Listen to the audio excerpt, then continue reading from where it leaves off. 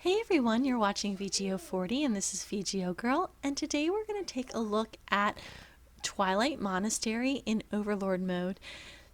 I just learned the mechanics, and yesterday I ran this a bunch of times to really get a good handle on the second boss. Other than that, it's not too tough, but I'll go through each of the bosses so that you can learn how to do this as well. Okay, clear all the mobs up to the first boss, and when you get to the first boss, there's really only one mechanic she does that you need to kind of watch out for. So I'm going to fast forward through some of this fight to get to that mechanic.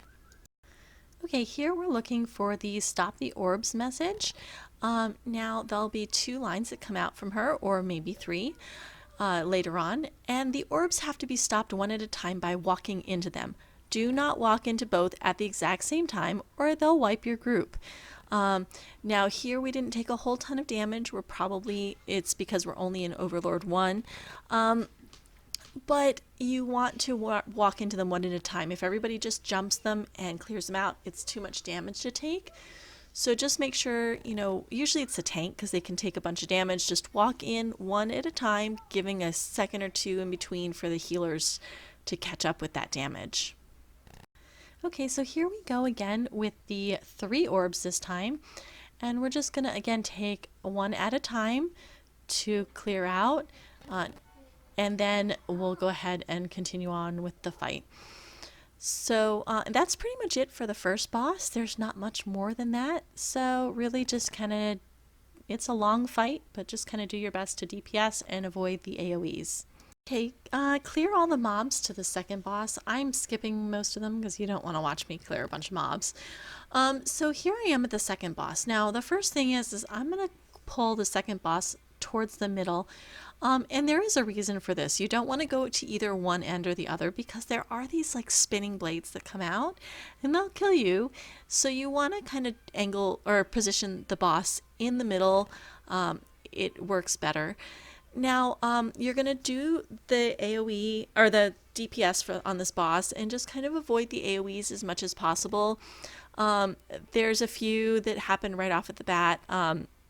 With spinning blades, there's one where you kind of all have to stand in the center. And you could see that one coming up here. Now if you saw when I turned the camera, there is a set of spinning blades at the end where you walked in the door, so you don't want to get too close to that. So here we've got these spinning blades, just stay to the center. And other than that, it's just really avoidance of the AoEs until the boss gets down to a certain point. Now, here we've got the take damage in turns to stop the battle axe. Everybody needs to get in there. Now, I don't think that everyone actually has to get in there, but you've got to go in there to stop the battle axe. Now, what happens is one person, now I did this each time, when it stops, you pick up the battle axe and see these guys spinning at you. You do this little spinning attack to break each of those. Now, I broke at least 2 here. 3 might be better, just to give enough room to get past that and come down to the boss. Now the person with the spinning battle axe can then do the spinning battle axe damage on the boss as well. And that's just lovely. But really the big point here, these guys are going to come back to the other side here. They're going back. And if you don't clear that, you're going to get caught by that. And it's going to wipe most of your DPS and healers. I happen to survive it because I'm a tank. But you're getting bounced off these blades and it's going to do a lot of damage. So you really want to be careful. Now, again, that's why you want to pull the boss all the way back as far as you can, and DPS and healers stand close to us because you want as much room as you can to stop that axe when it's spinning before those little spinny guys get to you. Okay, so here we are, stand in the middle, and immediately after it seems like you do the take damage in turns.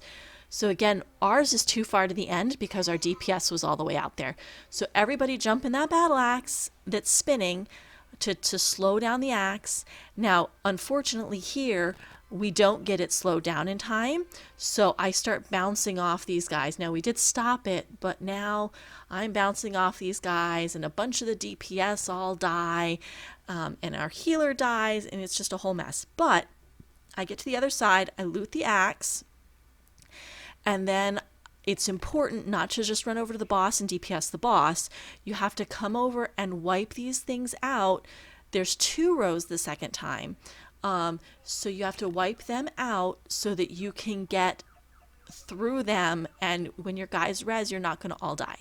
So here, when that happened, the boss ended up he stopped kneeling, so he ran over to me, and then we were able to DPS him down and kill him. So it's really important to make sure that you all get into the spinning battle axe, somebody picks it up and wipes out the guys in the middle so that the rest of the people can get through without getting hammered by those spinning things.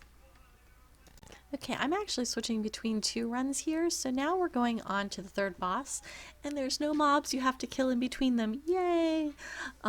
So go over here, and you're going to kill the 3rd boss. Now, the 3rd boss is a lot easier. Really, the first half of the fight, all you really need to do is watch out for these yellow puddle things, and what you do is just pull the boss out of them as each one spawns so you don't take damage, and you're just going to end up with these yellow puddles kind of sprinkled throughout the room. So while you're avoiding these yellow puddle things, there's going to be a lot of AoE attacks that are going on. Just do your best to avoid them and move around the room, and I'm gonna go ahead and fast forward through a lot of this because it's pretty basic up until about halfway through the fight. Okay, at some point the boss's health is going to get low enough, and I'm going to be honest, I can't read the health bar on my screen because it's hard when I record it and then play it back in this little window. So the boss will transform. Now, use the light echo to neutralize this. So what you're going to do is you need to have the person who's connected via red line stand in the puddle. So here you see this yellow thing, or on the other side of a puddle. And what it does is it stops the charge of the boss so that when he does his attack afterwards, it really doesn't do any damage. Now, otherwise, I actually have had this wipe the raid where we do not stand in, have a thing between us. So here you'll see again the red line, and this person just needs to go into or on the other side of a puddle. So you saw how the boss kind of stopped on his charge. In that case, he didn't get stuck on his charge, sorry, because there wasn't any puddles between it. So a lot of people died. So here again, we're going to get the light. Now, one of our group members on this said that there has to be 3 puddles in between. I'm not sure if that's actually the case or not.